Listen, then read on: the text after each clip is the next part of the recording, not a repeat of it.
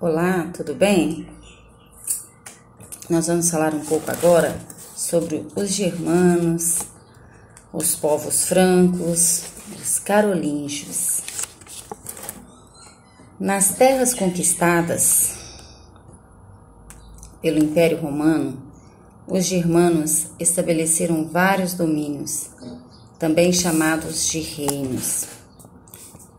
Os visigodos dominavam a Espanha, os vândalos o norte da África e os ostrogodos a Península Itálica, e os anglos, os saxões e os jutos a Britânia, e assim por diante.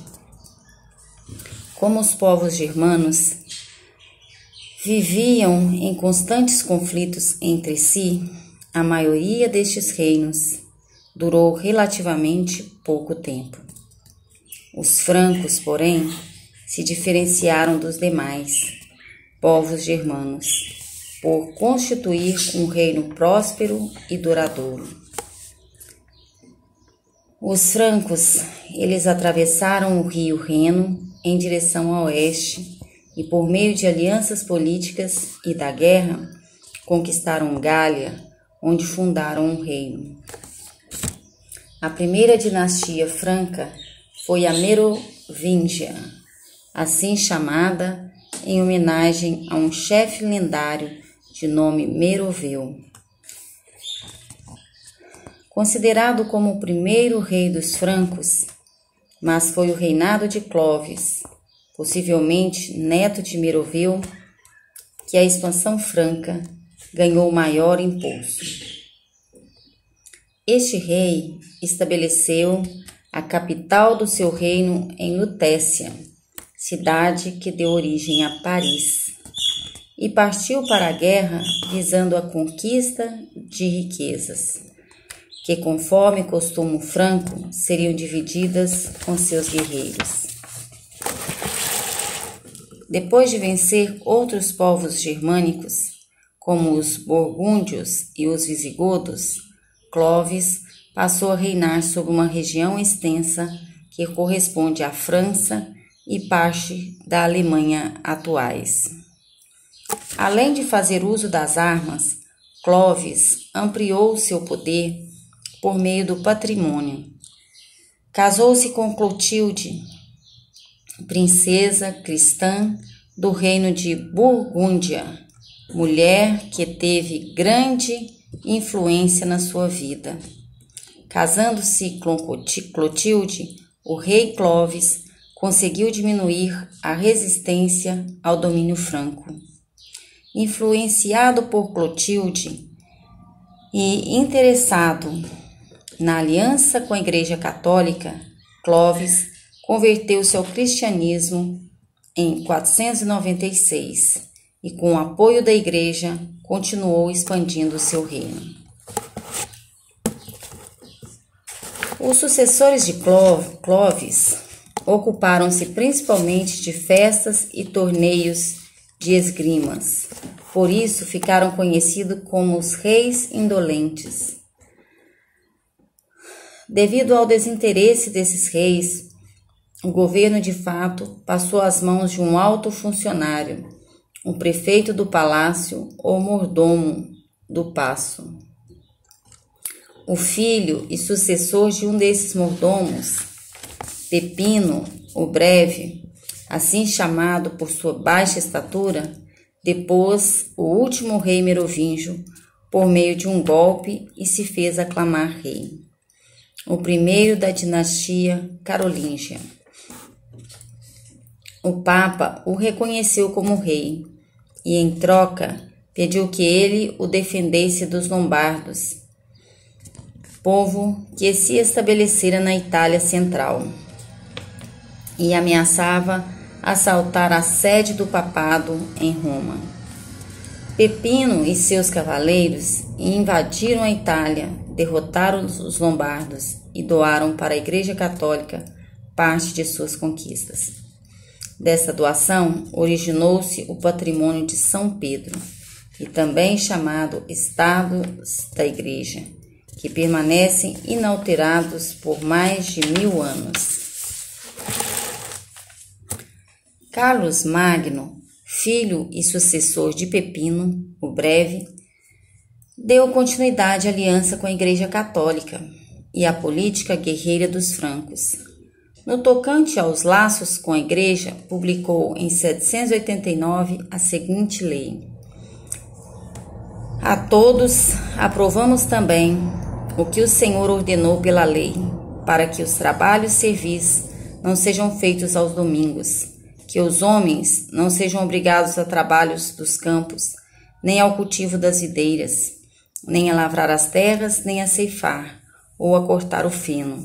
Só se permite fazer 3 tipos de transporte: os militares, os de víveres e conduzir um corpo ao cemitério.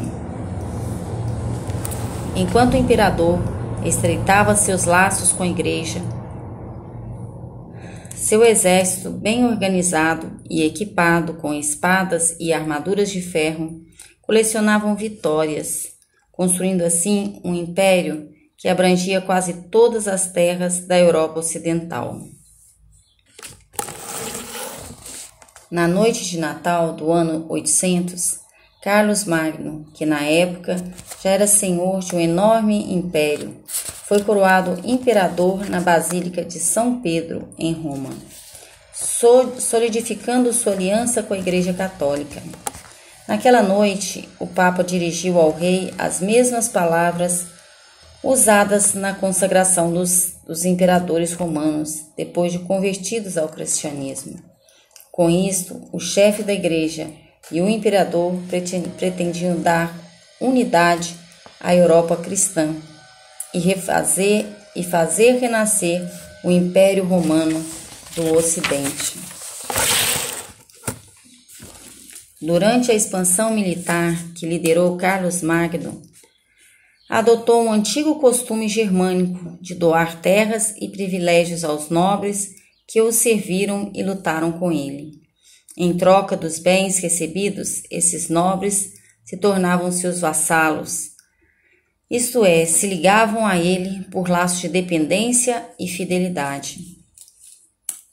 Essa relação entre nobres recebe o nome de vassalagem. Para administrar o seu imenso império, Carlos Magno dividiu em províncias e entregou sua administração a homens de sua confiança, como condes, duques e marqueses. Os duques eram os mais próximos do rei e os que recebiam as maiores porções de terras. Os ducados, os marqueses administravam as marcas, nome dado aos territórios situados nas fronteiras dos impérios, e os condes administravam terrenos menores. Com a morte de Carlos Magno, em 814, o Império Carolíngio começou a enfraquecer. Seu filho e sucessor, Luís o Piedoso, começou referência à sua intensa religiosidade, Luís Piedoso, teve dificuldade para impor a sua autoridade. E com a morte do rei Luís, seus filhos disputaram o trono entre si pelas armas. A guerra durou 3 anos e terminou com a assinatura do Tratado de Verdun. Em 843, acordo que dividiu o império em 3 partes. Carlos, o Calvo, ficava com a parte ocidental, Luís, o Germânico, com a parte oriental, e Lotário, com a parte central, que se estende do Mar do Norte até o centro da atual Itália. Com a divisão do Império Carolíngio, ocorreu um enfraquecimento do poder central, o que acabou fortalecendo os nobres, condes, duques, marqueses, em suas respectivas localidades. A Europa medieval se formou por meio de longo processo de combinação de elementos de origem romana, germânica e religiosa. E dos romanos, a Europa medieval herdou o colonato, que era uma relação de trabalho entre o camponês que usava um pedaço de terra do proprietário para o seu sustento. Em troca, dava a ele parte da sua colheita. Dos germânicos, herdou o Comitatus, grupo de guerreiros unidos a um chefe militar, a quem deviam servir e honrar. E houve ainda um terceiro elemento, igualmente importante, o cristianismo, que possibilitou a ligação entre romanos, germânicos e deu unidade ao mundo medieval.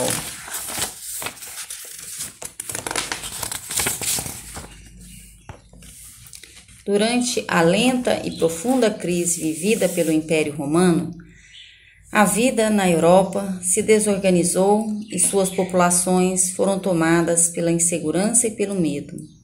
Nesse contexto, a Igreja era a única instituição capaz de oferecer proteção e ajuda a essas populações. E nos primeiros tempos, o sustento da Igreja provinha de esmolas dadas pelos fiéis. Posteriormente, ela passou a acumular um patrimônio crescente, formado de doações de terras e dinheiro que recebia dos fiéis. E no século IV, a Igreja ganhou o direito de não pagar impostos e de ter um tribunal próprio. E em 445, desejando prestigiar a sua capital, o imperador romano concedeu ao bispo de Roma a autoridade sobre os outros bispos. E esse bispo passou a ser chamado de Papa. Ele era herdeiro e representante do apóstolo Pedro, tido como primeiro bispo de Roma. Abaixo do Papa estavam os bispos e abaixo dele os padres e os párocos. Os padres, bispos e o Papa estavam em contato direto com o mundo, realizavam missas, batismos, casamentos, entre outros sacramentos. Por isso eram chamados de clero secular.